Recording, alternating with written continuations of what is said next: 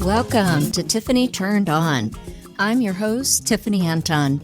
I'm a psychotherapist specializing in sex and relationships, hoping to help you discover current topics in a fun, sometimes serious, and educational manner. I hope to help you get turned on to life as well as inside of your bedroom.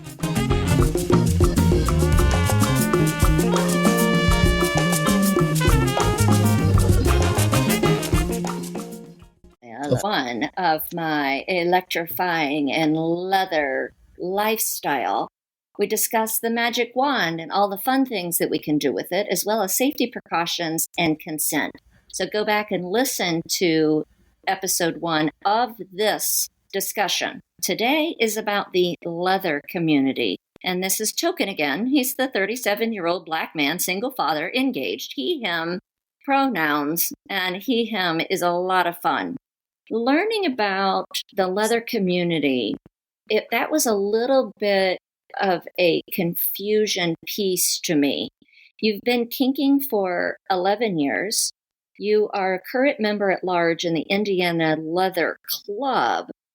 What makes this different from Harley Davidson people, cowboys? What in the world is leather community, and what makes it kinky? The leather community started back after World War II when there were a lot of dishonorable discharges of individuals, of gay people that were in the military, and they started wanting to form together and join together in groups without being persecuted and put on display. There were people that lost their homes, lost their jobs, lost everything because of the fact that they were coming out being gay. So there was a lot of times where they had to be very subtle and confidential on who they are and who they wanted to be and what they represented. And so they would start going to different bars. They would go to these bars and they would hang out.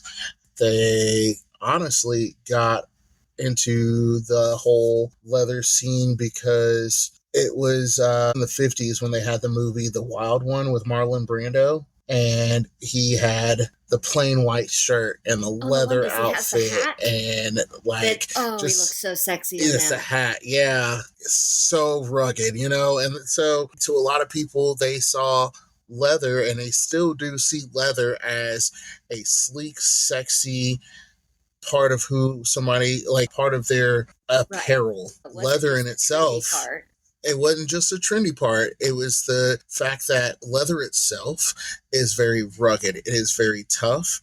A lot of bikers wear leather to protect themselves just in case they fall off their bike. It is an extra layer of protection for them, and for the leather community, we wear our leathers as a form of protection for us. It is symbolizing our core being. We are individuals that are with the leather outfits that bikers wear. They wore leather vests and leather jackets to show off their masculine style and more butch, and it gave them that look. It was also as a form of protection for them. That's what they utilized it as. That was the original reason why they had leather vests and chaps and the leather boots, because if they fell off their bike, it would protect their body more so than just wearing normal, regular attire. And that whole protection actually fell more into the gay leather community, as they would also put on the leather vest, the chaps, the boots. It's metaphorically protection and a uniformity, because then after people started wearing more and getting more into the leather scene,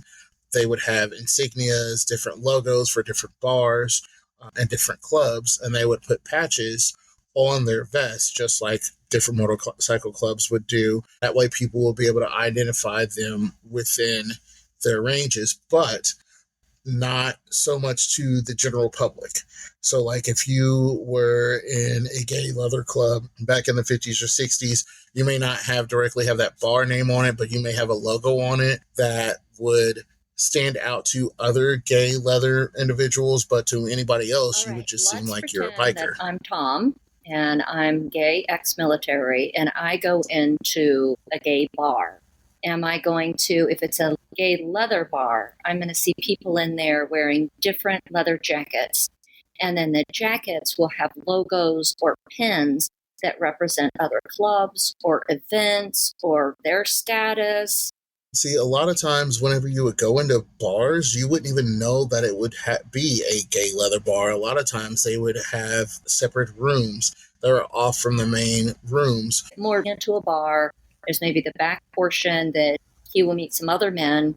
The men will be wearing leather jackets, having some insignia on it. Mm-hmm. And it was a way of kind of identifying. Yep. And it was not just gay men, but there was also lesbian bars, lesbian women that had a lot of they had some leather traditions as hidden well. spots. One of the first leather groups was Dykes with Bikes. Yeah, that was one of the first gay leather groups. It's just been tons of different groups all around, and there were different ways that people found out about these. And a lot of times it was all through word of mouth. It was never like you could walk into a bar and then automatically get into the back room. It was most definitely like super secretive to get your way in. But once you did make your way in, you felt comfortable, you felt safe, because you were around other individuals who have gone through and been through a lot of the trials and tribulations that you have gone through as well. And then what? So Tom gets included in this covert club, wears a leather jacket, sees other people with some insignia. We've discussed the importance of the metaphor as well as the need for it to be secret for safety. Now, once they got in and they got around to these bars, they would be able to mingle and be themselves around these bars. One of the key things that a lot of the old leather clubs used to do, and still leather clubs do to this day, is they would have competitions. They would have contests. And so these competitions and contests that they would have would to be raise money for the bars that were hosting. Was coming around more for the gay community and the influences. Was it sexualized? Was it a power piece? Did it deal with any of the kind of traditional BDSM with impact or bondage? Yeah. A lot of these guys that haven't been around individuals, they didn't have a safe space. They didn't have a place where they could be themselves. And once they got together and they felt safe and comfortable, boom, they were getting it in. Let's play, let's get it in. And it wasn't just all sexual. There was some kinking involved too. I want to get flogged. I want to get paddled. They had all the fun. Could you still belong just because, like, hey, I'm a gay dude? Absolutely. There was nothing wrong with that either. They accepted you for who you are, and that's still true to this day. Leather doesn't care any which way, shape, or form, whether you're sexual, kinky, or not. If you feel like you fit in with the leather lifestyle, we're so how does it go from the covert community represented by the leather? It's a metaphor for protection and safety. How does it go from that small portion, community-wise or population, into mainstream? It was around the same realm. I mean, because there were people that were doing kinky stuff back in the 50s and 60s as well. They weren't adamant about being at bars because back then they were probably doing more private parties and things at different homes, but they were two birds in the same bucket. Like, they were both having to worry about persecution and people looking at them differently. And I don't know about you, but if back in the 50s, if I had a St. Andrew's cross in my garage because I like to beat people, I think my neighbors may look at me kind of weird and think it may be something different. Week, I would be labeled an nymphomaniac. Sex exactly. 3 times so a back week, then, and I have a cross in my house. Oh, I'm fucking crazy. It just did not compute to a lot of normal vanilla individuals. And so throughout the years, though, there was a lot of different marches and different parades and different factions that help work and get these communities more out there. And a lot of it ties into a lot of the laws and things that have been helped for gay and trans rights. A lot of these movements that's been going on in the last 20, 30 years have all been because of these individuals that have been working towards getting society more accustomed to our lifestyle. And it is through the diligent work of our predecessors that has allowed for us to now be able to go and march and be who we our want to be. authentic self. Exactly. And not so much hidden in the closet. Now, of course, a lot of people still, because of work and family and lifestyles that they have, they still can't totally fully be out. There have been so many strides and so many battles that have been won because of honestly, the people that have paved the way for us to make it to where I myself, a Black man, to be able to wear my leather vest of my club and my leather pride out in public without having to worry about being persecuted. Secret society-wise. Like I said, even my hearing about it, I felt like, okay, what's behind it? And that's, having been in the sex therapy field for 20 plus years.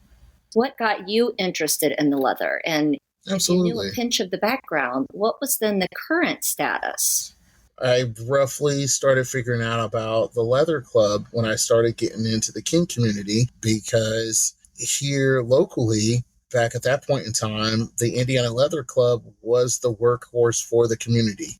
So if there was any conferences, any events going on, the Indiana Leather Club had members that were behind the scenes, either running events or setting up for the events or setting up educators or setting up play parties. They had hands in almost everything in the indie community, and I absolutely loved it. What is this leather about? I started asking questions like, what does this leather mean? What does it mean when you guys put on this vest? Because when I first came in to the community, I was like, hold on, leather, gay? I'm not gay. I'm pansexual, but I'm not like fully gay. So how would this really work with me? And the fact is that at least with this leather club, because there are some leather clubs that are strictly for gay men, and there are some that are strictly for all different types of people, but at least this leather club are inclusive to everyone. Their main values, as far as this leather club is concerned, was integrity, positivity, responsibility, respect, volunteerism, kind of like a fraternity, and inclusion. An inclusive fraternity. Yeah, exactly. Cool thing about this group is, like I said, they had their hands in everything. Because of me working with this group, I learned how to set up for events. I learned how a lot of conferences are ran behind the scenes. A lot of people, when they go to conferences and things like that, they just walk in and they see a dungeon fully erected. And they're like, how in the world did you do this in a hotel? And so really can be. And now, even still to this day, I do work for a lot of local groups outside of the Indiana Leather Club, and I'm a workhorse. I have an event coming up this weekend that I just solidified information for, that I'm going to go and help them set up all of the equipment for said play party. There is so much vast amount of knowledge that this group has. They've talked about identities as far as like what each individual person could classify themselves as. And I'm talking like gender and pronouns. We went through them all, including any of the ones that came up in the last 10 years, and explained what each of them meant. They went through titles as far as dominant, submissive, the SOGI model, which is sexual top, orientation, bottom, gender identity expression. Yes. And then you're saying they also provided education related to the kink world and the different roles and labels that people have. Yes. For the leather community is out to help educate you on safe kinking and respect of others. Yeah, and being community leaders and putting together kink parties. What else might they do? Yep. Yeah, they taught us about boot blacking and how to take care of your leathers. They have a lot of education within this organization, and many different organizations are the same way as far as trying to help educate the leather community to be better individuals, to be leaders for themselves and for others in their community. Absolutely. This group brings in people. Been with the Leather Club since I started going to their events in 2018, and then I joined in 2019. And I became a full member in 2020, which that was weird. Oh, yeah. Because COVID masks and having to have a meeting and all that, it was crazy. But and you were welcomed in more of a formalization process. And that's saying that you represent our values and character, that we want to embrace you to be able to wear this leather representing that. So with the club, I'm at all times when I'm out and about, whether I'm in leathers or not, I am showing that I am a representative of the Indiana Leather Club. That so is first and foremost. You still feel like you're representing the Indiana Leather Club in regards of behavior. Absolutely. I am an insane individual. I am a very wild and just bizarre person. And I try to be a gentleman, and I try to be very cordial when I need to be, and of course hold myself at a really good standard. But like this past weekend, the Indiana Leather Club and our other leather group that's here in town that's associated with us, it's the Indiana Falcons. We actually went on a trip to Chicago to go up. They're Kinksters as well. Yeah, both leather groups actually joined together, and we went up to Chicago this past weekend to go to the leather archives and the museum. There was about 20 of us, and we met up on Saturday afternoon, all in our leathers in the middle of Chicago, middle of daytime, whereas, 30, 40 years ago, you couldn't have done that. And we went through this facility, and it was a museum. They had posters and pictures and artifacts. They had leather vests from people that were in the lifestyle from all over the U.S. They had leather patches from different organizations. There was just so much information about leather history that is just there. But what's unique about this place is when you go to most museums, you feel like I'm going to get the grim, dark, dingy side of, but it's kinky leather. You walk in there, it is a celebration. You see 8-foot tall picture of a muscle-bound man wearing a G-string and some chaps and some big old boots, and he's got a nice hairy chest. The artwork that's there, it's literally candid photographs of people having fun, enjoying themselves. And it is just a celebration. You feel free. Community because on the fringe and discriminated against. It's come into kink mainstream, at least. There's a multitude of clubs, logos or patches. What is that about? So with different leather clubs have patches to represent their clubs, their organizations. So like with mine, on my leather vest, it has the Indiana Leather Club logo. There may be another club. There's actually this group that's a nationwide group, and they're not just like statewide. It's called Onyx. Yeah, that's what Onyx is actually a POC-based leather African American community within Kink.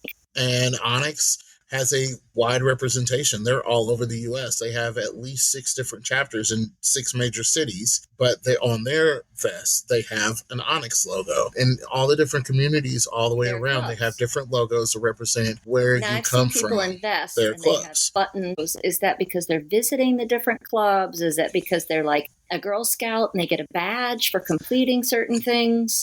Actually, it's a little bit of both. There are certain pins that you can get for attending certain conferences, certain trainings. There are certain badges. There's a little bit of everything out there right now. And sometimes people just put fun badges and pins on there. But a lot of times if you see them, depending on where the pins are located and depending on what coast leather culture you're from, because East Coast and West Coast culture, like as far as leather, is completely different. It's totally different, but we kind of have like the same ideas. But for certain events and certain places, if it is more representative of your club itself, whether it's being like educational things or leadership training, you would usually put those alongside with like a club patch on the front. So then you would put the fun stuff on the other side. And sometimes they cross over, like I said, between the different communities. There's so many different little tidbit things between each of the leather communities on different sides, and there is no way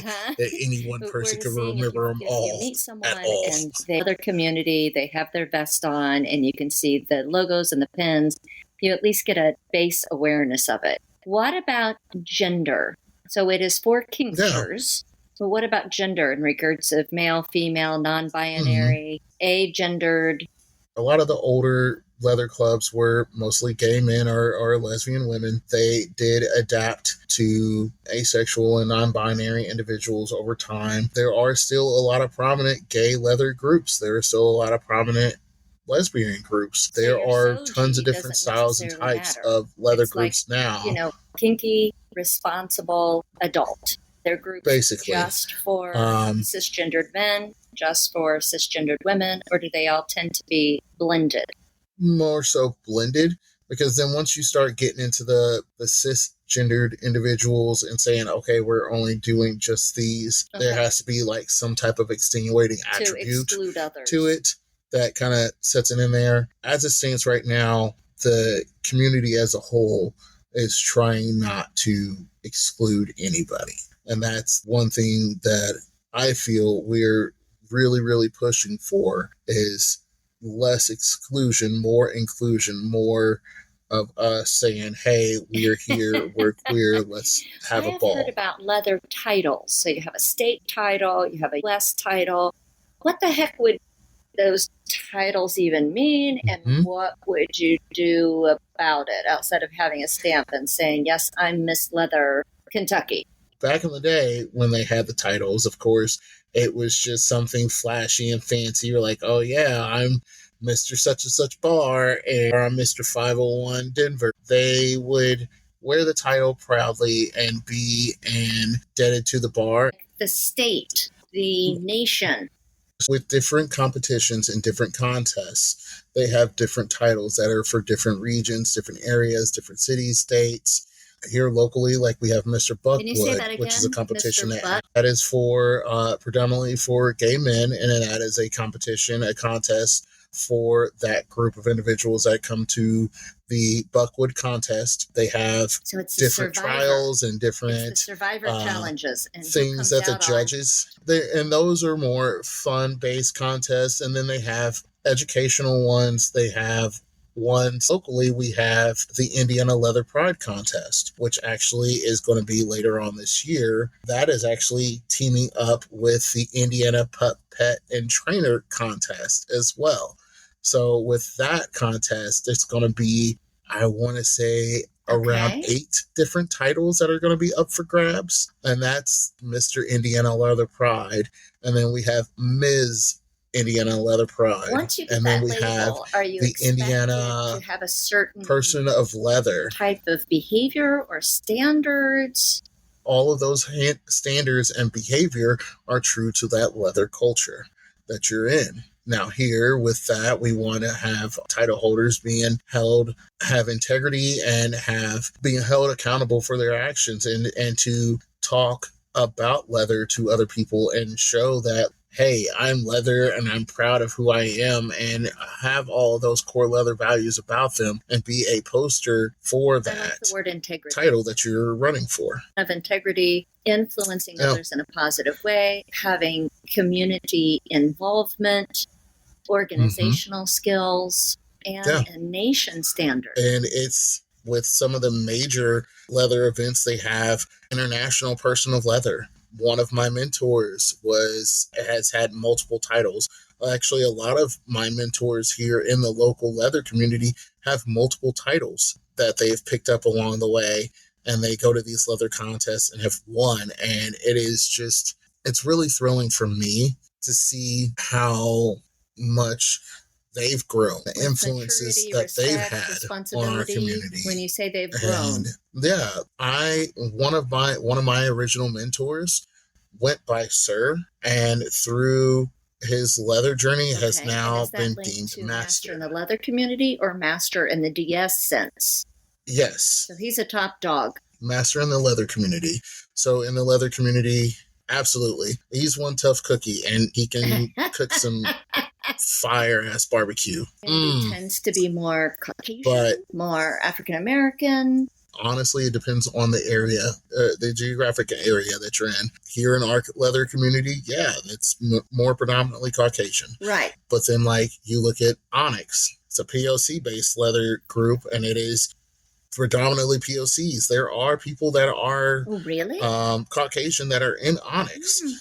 Because to be fair, it's more about the inclusion. It's because of the fact that there are individuals. Just because you may be Caucasian doesn't mean that you don't have color in your skin. Now, they may have gone through a different walk of life, ancestry, history, but it is more about that inclusion. It is more so about being aware and understanding that everybody has different histories and everybody has different backgrounds. And it's about what we do with that together as a group and how we can benefit and grow from that. So not only are we Kinksters, but we then uphold the values of the leather community. To me, it's a sense of pride. Seeing you in your vest. Yeah. A lot of times if I'm going to a big event, yes, I will absolutely put on my vest and show off with pride. When we were up in Chicago for our little trip, I got stopped at a gas station because I was wearing a vest, and the Indiana Leather Club, what's that? What's that all about? And so I took a couple minutes to explain that to him. He was like, oh man, that's really cool. I like that.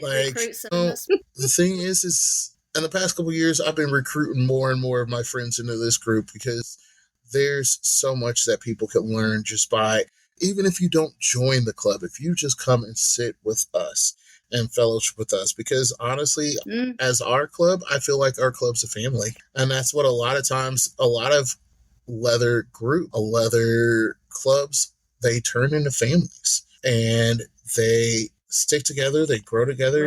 Right. Some leather families share households. Considered a leather family. And it's very tight knit, and it grows, and people keep growing and learning and just adapting together, building upon each other. And I say that with this leather club, I've learned a ton among other leather mentors that I would welcome any of them into my home at any point in time. And then a belief I have actually had because they align with the values. Same Absolutely. Values as you. If someone wanted to learn more about the leather community, is USA website? There are tons. Are you sure? You can go to your library and find books there. There are You're going to go to your library. So if I went to Amazon and put in a Google search to bring me to the leather community information. Leather lifestyles, leather protocols. One of my mentors actually gave me 2 books to read not too long ago, and it was about the leather lifestyle from the master's side of the slash, meaning DS, and then the leather lifestyle from the slave side of the slash. Little letter S, yes. And it was very intriguing to read that book because it was by the same author, and his thoughts and concepts on leather lifestyle is more outlandish and elegant. I usually don't put those two together. And oh man, it was very flamboyant and just parading around, and it was a lot to see, but it still had a lot of those core values in it. And when you get into a lot of the leather lifestyle books, you have to figure out and understand if this leather lifestyle is for you. And when figuring that out, you also realize that some leather ways are not where you need to be and not where you want to be. So you have to figure out what really suits you. So in here, it's consent and mutual respect, out a shared set of values. See, a lot. Honor, integrity, community, brotherhood, service, and duty. Correct. That's seriously where the leather lifestyle is now, and where we've embraced that and we take that and we grow as a group as far as holding these pillars of ethics and of integrity and education and sharing this with each other, showing others where we have grown from and grown to in order to be who we are. It just you mentioned explodes. That you found a book. So one of the books that one of my mentors asked me to read was Master-Slave Relations, The Handbook of Theory and Practice by Robert J. Rubel. He's got multiple books out there, and like I said, when reading this book, It is definitely flamboyant because he talks a lot about the leather core values and what you should expect for being a member in a house, a leather house.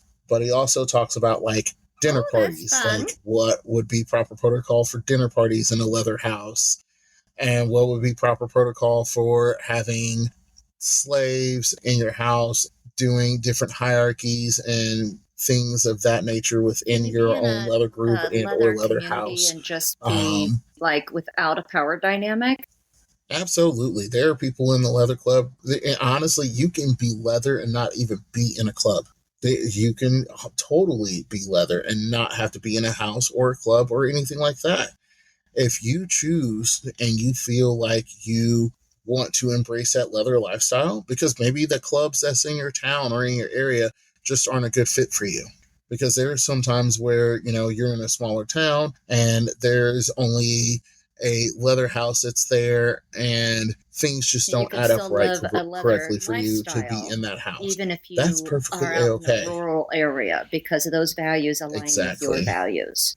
And there are certain leather groups that meet up online and do Zoom calls. They have satellite people that are maybe not necessarily full members of the groups. They could be prospects or associate or supporting members of that. So with the leather club, with our leather club, you have 1 year probationary as a prospect. And then after that 1 year, if you have completed the volunteer hours, and we have 6 classes that you have to take. After you pass all 6 classes and they feel like you've actually acquired the knowledge from those classes, then you can be voted in to be a full member. And then every year we have our member dues. And of course, with our club, there are bylaws and policies and procedures. So like if you found out that you have broken any of our rules, there's of course punishments and things that can happen. Definitely repercussions for situations. There's to the point where you can actually lose your privileges to be in the club. Absolutely. Let's say you're in a legal situation and you wind up catching a felony for some reason. That's grounds to be kicked out of the leather club. And upstanding citizen. They hold those things really, really high. And there are some places and in some areas that if you leave a leather club, you are not allowed to join any other leather clubs for an extended amount of period of time. There's, of course, some like fine lines with that. Let's say you left a leather club because you didn't get along with a member of that club and you just feel like you just left that club. That was it. There are certain clubs that won't allow you to join any other leather club for a year, 2 year, 4 years. You weren't able to just because of the fact that you saw that differences. You couldn't work through a situation. And so they want to make sure that you were completely clear of any issues or problems and can resolve that situation and be able to move forward into something else. And even still, sometimes some clubs are like, no, we don't even want to have you even after that. Of who we are. All right, Token. I didn't have, as I mentioned before, a good understanding of the leather community. And just in this amount of time, my awareness has greatly improved. Because I know I just kind of was like, I'm a little bit confused. You like leather, you have some patches. What makes it different than a Harley club? There's a lot more different than a Harley club, but we still can get rough and tough like the Harley club can. That you are a kinkster, that you enjoy electric play, that you're involved in the leather community. It can be risky just to be on a podcast sometimes. Such for sharing, Token. Absolutely.